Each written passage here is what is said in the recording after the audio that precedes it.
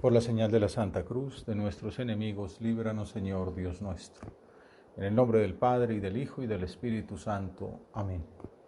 Señor mío y Dios mío, creo firmemente que estás aquí, que me ves, que me oyes. Te adoro con profunda reverencia. Te pido perdón de mis pecados y gracia para hacer con fruto este rato de oración.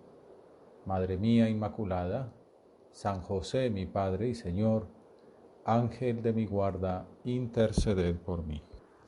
El Evangelio de San Mateo está estructurado en torno a 5 grandes sermones de Jesús, como un nuevo Pentateuco que actualiza la revelación divina. El cuarto de ellos es llamado el discurso eclesiástico, porque en él Jesús enseña cómo deben ser las relaciones fraternas en la comunidad cristiana en temas como la pobreza, el servicio, la corrección fraterna, el perdón, etc. A partir del capítulo 19, Jesús emprende su camino hacia Jerusalén, donde entregará la vida en redención por nuestros pecados. En ese itinerario se encuentra, por ejemplo, con el joven rico, al que Jesús invita a seguirle, pero el pelado se marcha triste, dice Mateo, porque tenía muchas posesiones. Y Jesús concluye la escena comentando a sus discípulos que muchos primeros serán últimos y muchos últimos serán primeros. Este aforismo es el preludio para la enseñanza que consideraremos en este rato de oración. San Mateo retrata la misericordia divina con una parábola que también muestra el contraste con la actitud humana. Tú, Señor, enseñas que tus planes no son como nuestros planes. Como dice Isaías en la primera lectura de la misa de mañana, sus caminos no son mis caminos. Como el cielo es más alto que la tierra, mis caminos son más altos que los suyos, mis planes que sus planes. Los autores espirituales hablan de la lógica divina, que a veces es muy distinta de nuestro modo de pensar.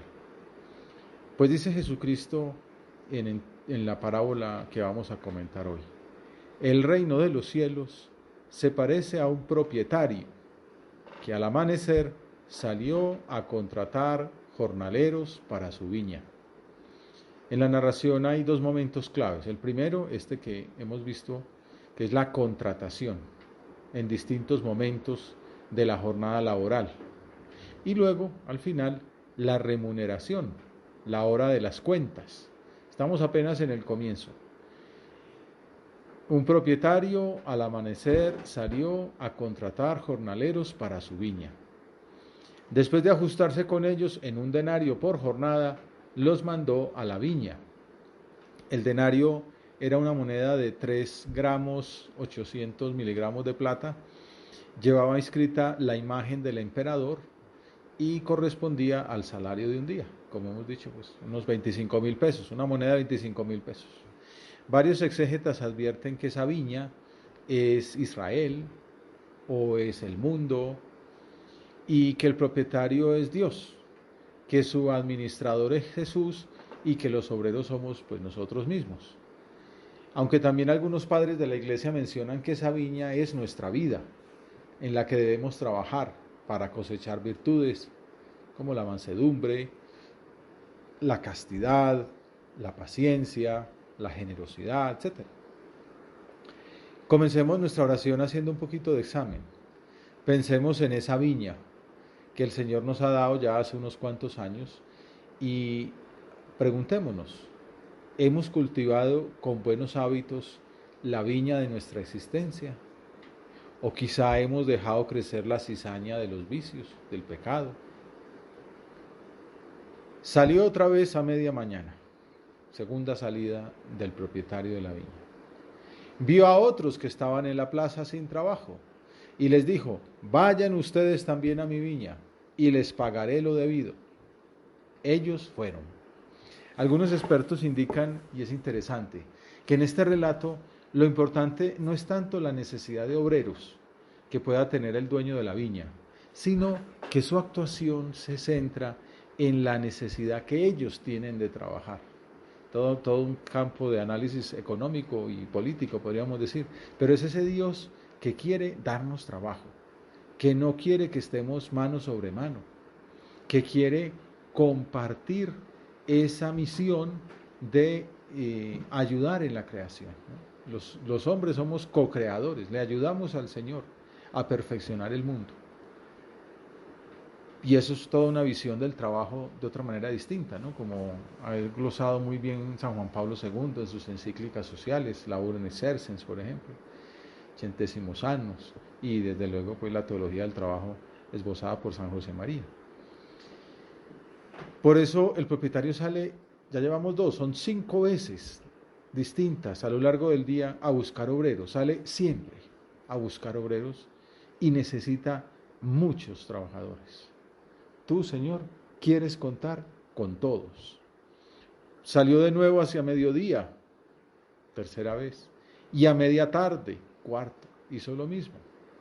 Quinta vez, salió al caer la tarde y encontró a otros parados, ya como a las 4 de la tarde, y les dijo, ¿cómo es que ustedes están aquí el día entero sin trabajar? Es una figura pues muy de la época de Jesucristo, pero que todavía sigue, continúa en las prácticas laborales. En el mundo de la construcción, por ejemplo, existen esos capataces que salen por ahí por las calles y ya más o menos saben dónde están las gentes a las que pueden contratar por día, ¿no? Ha resultado la pintada de una casa y entonces Penito 3 y encuentra 1, 2 y se los lleva. Pues más o menos lo mismo. Así salía este hombre, pero a las 4 de la tarde todavía está contratando gente. En la frase que dice el propietario podemos ver otro motivo de examen. Esta vez para mirar cómo aprovechamos cada minuto. ¿Cómo es que están aquí todo el día entero sin trabajar? San José María glosa en Amigos de Dios. No nos debe sobrar el tiempo, ni un segundo, y no exagero. Trabajo hay. El mundo es grande y son millones las almas que no han oído aún con claridad la doctrina de Cristo. Es un tema maravilloso, ¿no? Aprovechamiento del tiempo, una de esas competencias que siempre será necesario desarrollar y que en el trabajo de santificar la profesión, pues es muy importante vivir día a día y aprender a hacerlo. Me dirijo a cada uno de vosotros. Si te sobra tiempo, recapacita un poco. Es muy posible que vivas metido en la tibieza, o que sobrenaturalmente hablando seas un tullido. No te mueves, estás parado, estéril, sin desarrollar todo el bien que deberías comunicar a los que se encuentran a tu lado, en tu ambiente, en tu trabajo, en tu familia. ¿Cómo es que estás ahí el día entero sin trabajar? Nos podría decir el Señor, como le dice a estos obreros de la última hora. Tal vez podemos revisar nuestro horario, el aprovechamiento de las horas de estudio o de trabajo, si hacemos rendir el tiempo libre en actividades productivas o serviciales, estudiar un idioma, repasar una materia, visitar a algún enfermo, llamar a una persona que puede estar más necesitada. ¿Cómo luchamos para no dejarnos distraer por las notificaciones del celular? Esa puede ser una mortificación muy buena. Estas 2 horas no miro nada, ni WhatsApp, ni correo, ni Instagram, ni Twitter. Una mortificación. Me voy a dedicar estas 2 horas a estudiar. Y se la ofrece uno a Dios. Y luego mira uno y han rendido cantidad. Sin embargo, la respuesta de los obreros parados en la plaza también nos ofrece otro punto para nuestra oración. La respuesta dice, nadie nos ha contratado. No es que queramos perder el tiempo. No es que no queramos hacer nada, es que nadie nos ha dicho en qué trabajar. Una situación dura también, el tema del desempleo y en el que todo el que pueda debería ayudar. Entonces este señor les dice, pues vayan también ustedes a mi viña. ¿Cuántas personas podrán decir por ahí que están paradas, que no trabajan en la viña del Señor, porque nadie les ha anunciado ese panorama de la llamada a la santidad?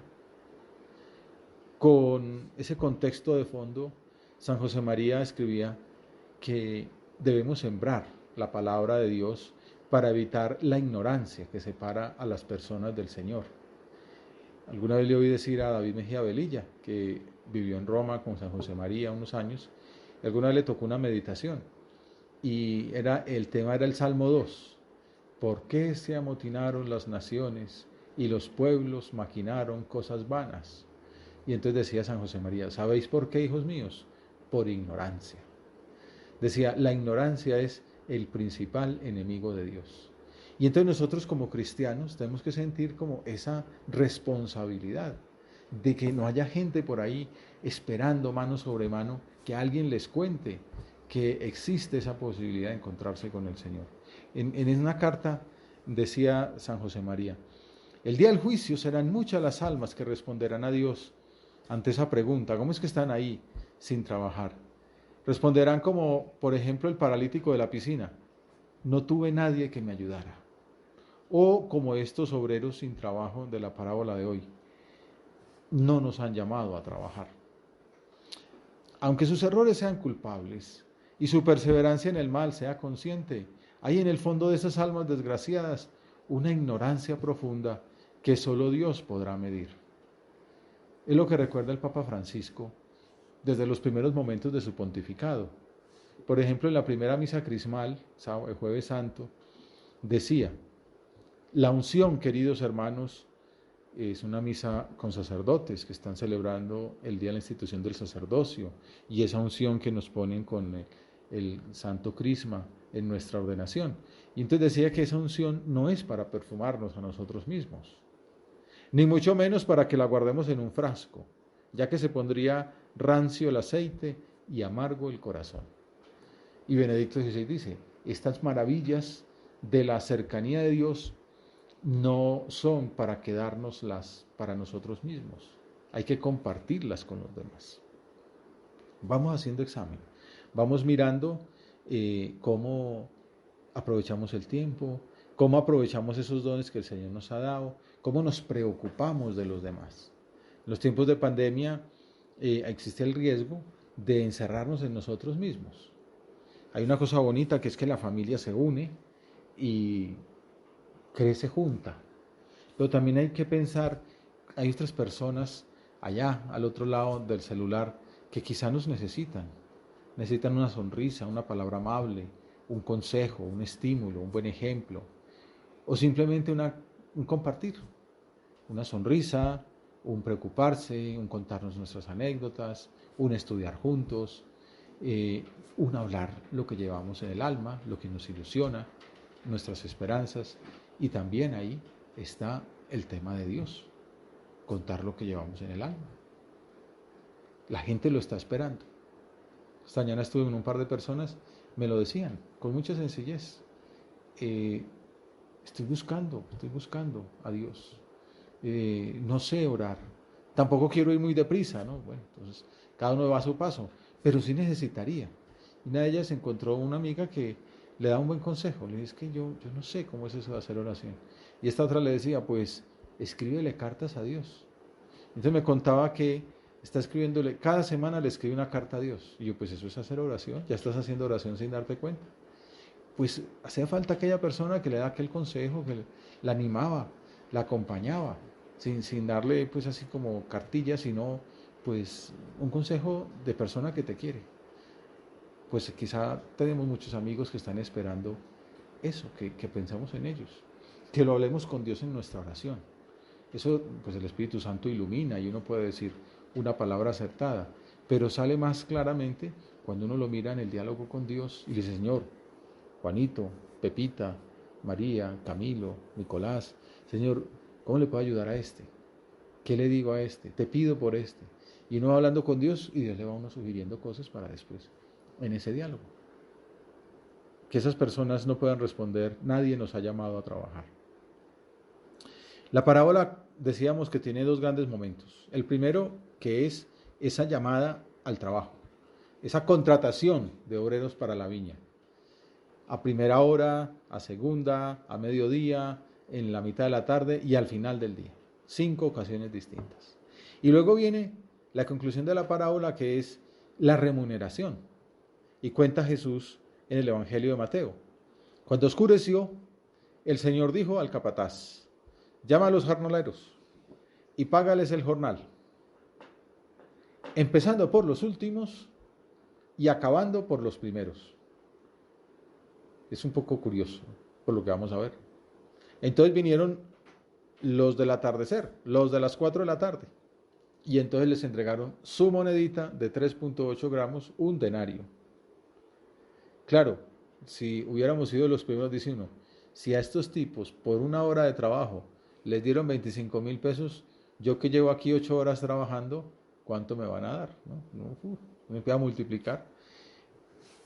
Vinieron los del atardecer y recibieron un denario cada uno, los de las 3 de la tarde. Cuando llegaron los primeros, los de las 7 de la mañana, pensaban que recibirían más, pero ellos también recibieron un denario cada uno. Al recibirlo, se pusieron a protestar contra el amo. Pero estos últimos solo han trabajado una hora y les trataste igual que a nosotros, que hemos aguantado el peso del día y el calor.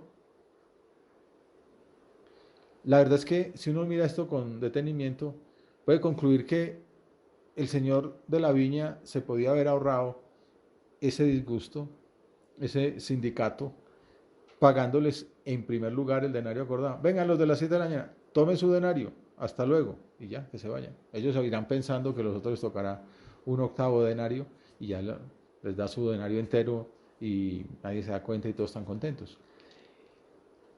¿Por qué pasa esto? Jesús quiere que meditemos en la bondad, en la magnanimidad de Dios, en su justicia, que es misericordiosa. Los que critican su modo de obrar están cegados por el egoísmo, que les impide comprender la generosidad divina. Que, como dice un autor, Dios no perjudica a unos cuando favorece a otros. Por eso el Señor, el reclamo que dirá es, o es que no quieres que yo sea bueno, ¿no? Esa bondad de Dios. El tema de la bondad que ya había salido también en la escena previa con la que comenzábamos, la del joven rico, cuando le dice, maestro bueno. Y entonces Jesús le dice, ¿y por qué me llamas bueno? Nadie es bueno sino solo Dios. Y al final, es que esto es como un colofón que comenzó con el preludio de la llamada del joven rico. Con el joven rico que le decía al Señor, los últimos serán los primeros y los primeros serán los últimos. Aquí el Señor hace ver cómo Dios es tan distinto, ¿no? Este joven rico perdió la posibilidad de ser apóstol porque tenía muchas posesiones. Se aferró a ellas, le dio miedo soltarlas y se fue triste. Y Dios muestra que el Señor es pues omnipotente, que lo tiene todo y que es generosísimo con sus dones. A aquel hombre que entregó, si hubiera entregado esas posesiones, el negocio hubiera sido mucho mejor, el 100 por 1. Lo que entregó aquí, multiplicado por 100 veces en el cielo. No lo quiso entregar, se quedó con eso y no diría, pues se fue contento porque tenía el bolsillo lleno, pues se fue triste porque tenía muchas posesiones, pero esas posesiones le impidieron gozar de Dios, le impidieron volar. Aquí vemos lo contrario, Dios, que es el dueño de todo, pues lo da, lo dona con generosidad a cada uno según le parece, en el fondo a cada uno según necesita. Y todos necesitan un denario, pues a todos les da un denario, aunque hayan hecho por él 8 horas de trabajo o media hora. Dios da con toda la magnanimidad del mundo. El punto clave de la enseñanza es este momento del juicio, ¿no? Esa remuneración es un juicio y por eso en realidad esta parábola es escatológica y forma parte de esas parábolas del juicio que están al final del Evangelio. ¿Y qué anuncia el maestro con esta enseñanza? Pues anuncia que Dios es un juez bueno, misericordioso. Incluso algunos autores proponen que se debería llamar la parábola del contratista generoso. Así como la parábola del hijo pródigo, hay toda una escuela de exégetas que dicen que debería llamarse la parábola del Padre misericordioso. Y de hecho, en muchas partes así se les llama, la parábola del Padre misericordioso. Pues igual esta, ya no sería la parábola de los obreros de la viña, sino la parábola del contratista generoso. Bueno, ahí echamos la semilla. Dentro de 30 años, cuando empiecen a llamarla así, podemos decir, yo me acuerdo cuando empezamos a oír eso del contratista generoso. Bueno, no pasa nada con que se llame de una manera o de otra, pero sí es como el énfasis, ¿no? Ante los fariseos y los escribas que lo estaban escuchando, Jesús muestra su predilección por los pecadores, mientras ellos los rechazaban por ser impuros. Porque Él es bueno. Ese es el gran tema, la gran luz, la gran revelación de esta parábola. Él es bueno y llama a los pecadores, a los necesitados, a los pobres, a los últimos. Delante de la misericordia tuya, Señor, todos somos iguales. No importa cuánto hayamos trabajado, no importa cuánto esfuerzo hayamos puesto. Lo importante, el protagonismo aquí lo lleva la magnificencia de Dios. Todos estamos llamados al reino de los cielos. Nunca es tarde para trabajar en la viña del Señor. Lo tenemos en el ejemplo del Calvario.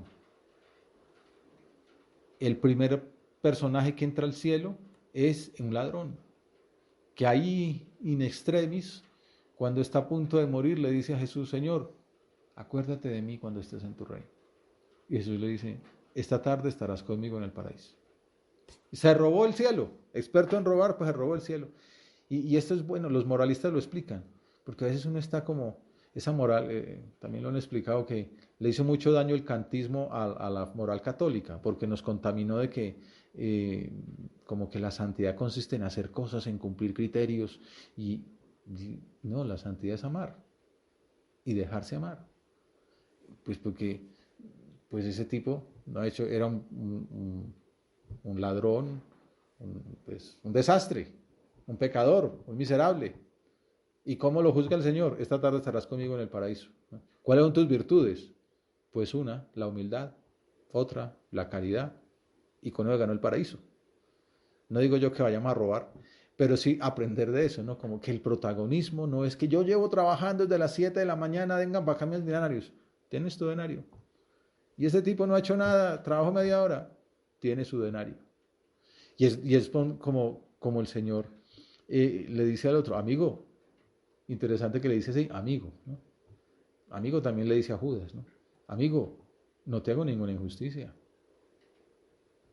No nos ajustamos en un denario. Toma lo tuyo y vete. Quiero darle a este último igual que a ti. ¿Es que no tengo libertad para hacer lo que quiera en mis asuntos? Ese de mis asuntos es interesante porque dice con lo mío o con los míos. Porque entonces uno entendería en la primera traducción: no tengo libertad para hacer lo que quiera con mi plata, pero no es eso lo que está diciendo el Evangelio.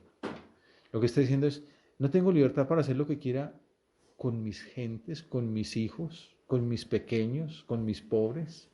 Es una belleza esa interpretación. O vas a tener tu envidia porque yo soy bueno. Ese es el juicio. Dios es bueno y despliega su bondad. ¿Cómo? Con misericordia, con perdón, con salvación, con redención. Y hay unas personas que la acogen. Pues mira, nadie me había llamado, pero qué bueno, aquí estoy. Bienvenido, vénganos en tu reino. Y hay otros que en lugar de alegrarse con la salvación del pobre, del necesitado, del periférico, del solitario, les da rabia porque Dios es tan injusto. Esa justicia que está superada por la caridad, por la misericordia. Señor, ayúdanos a tener un corazón como el tuyo, a tener una mente como la tuya, a aceptar esta locura tuya, la locura cristiana. Hay un autor también, Berger, un exégeta español, alemán, que dice algo así como que Dios no sabía de matemáticas. Efectivamente, esto en derecho laboral es un desastre, ¿no? Y era cada uno en el examen. Y en economía, todo, pues, ¿cómo le va a pagar lo mismo al que trabaja 1 hora que el que trabaja 8? Y pues precisamente Dios no sabe de matemáticas. Dios es magnánimo, generoso, misericordioso.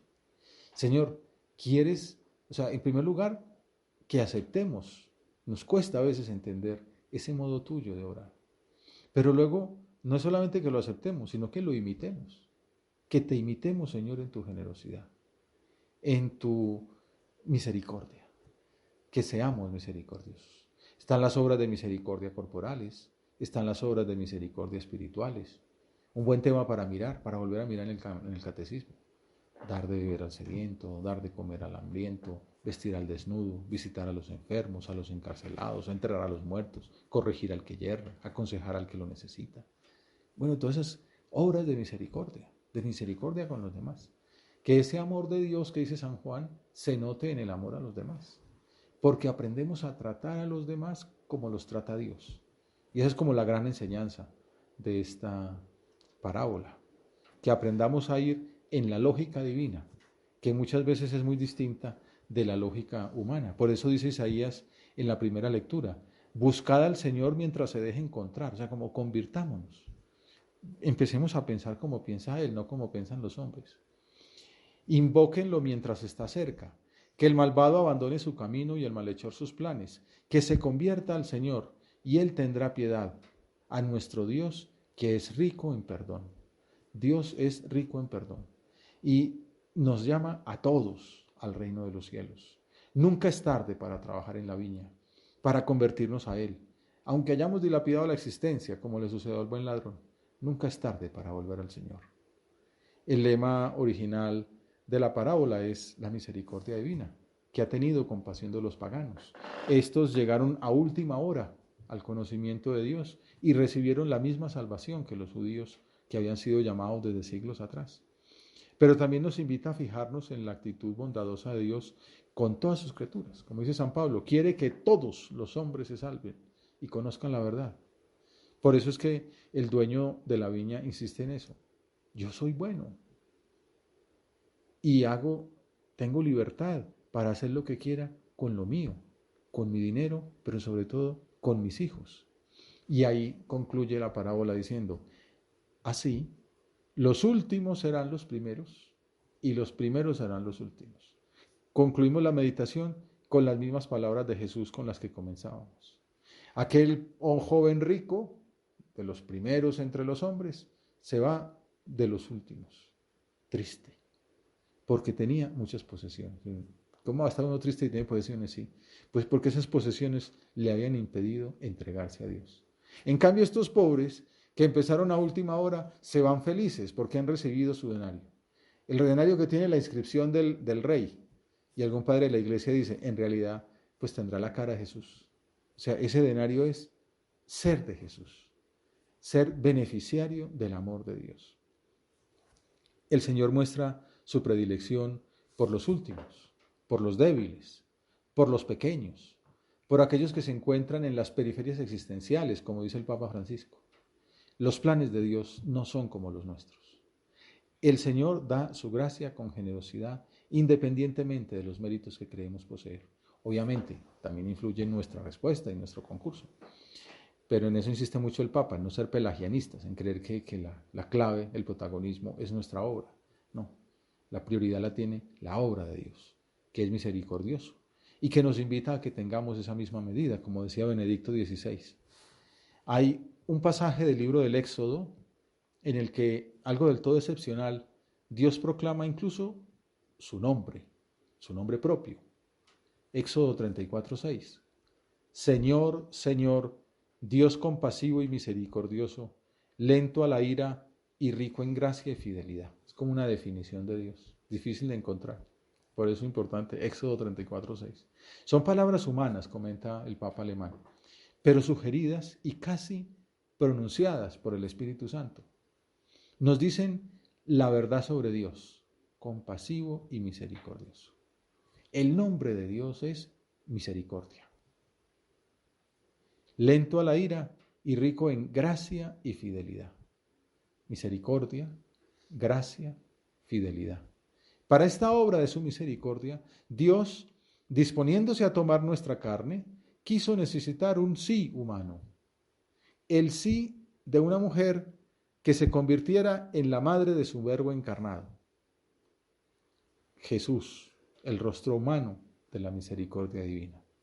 Así concluye Benedicto, María llegó a ser y es para siempre la madre de la misericordia, como le diremos en unos minutos en la bendición. Al final, después de la bendición, cantaremos la salve donde leemos Mater Misericordia. A ella acudimos para que también nosotros seamos misericordiosos, para que entremos en la misma longitud de onda del Señor y para que imitemos su lógica divina, que nuestros planes sean como los suyos. Te doy gracias, Dios mío, por los buenos propósitos, afectos e inspiraciones que me has comunicado en esta meditación. Te pido ayuda para ponerlos por obra. Madre mía Inmaculada, San José, mi Padre y Señor, Ángel de mi guarda, interceded por mí.